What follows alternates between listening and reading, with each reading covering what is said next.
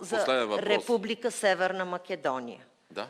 На фона на това, което се чува, и вие сам го казахте, не трябва ли някакси България да удари по масата? И на база на какво ние продължаваме да ги подкрепяме, при положение, че вчера се казва, ония ден, прощавайте, ако ние ще се откажем от езика си, по-добре да не влизаме в Европейския съюз. Тяхно право. Тяхно право. Ние не ги коментираме. Ние сме европейска държава и работиме по европейски тертип. А европейският тертип е да работиш по документи.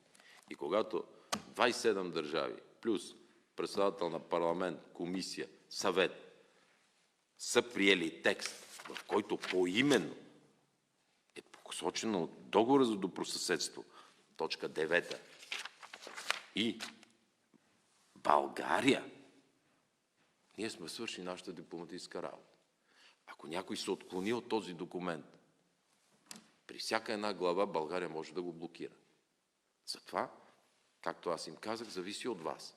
Ние нашата работа сме си свършили, ние сме казали какви са нашите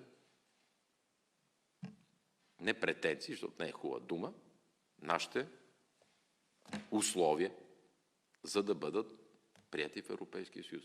То не е пожелание. Ако нещо не ти харесва, никой да те кани. Нямаме тема.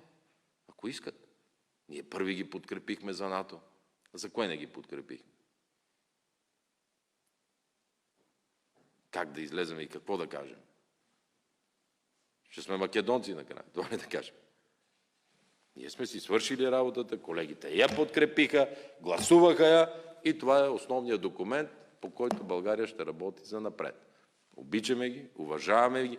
Най-братски съвет бих им дал да не си поставят неизпълними условия. Сиреч да използват тази писта. Тя един път им каца на рамото. Най-приятелски им казва. Честит Гергьовден!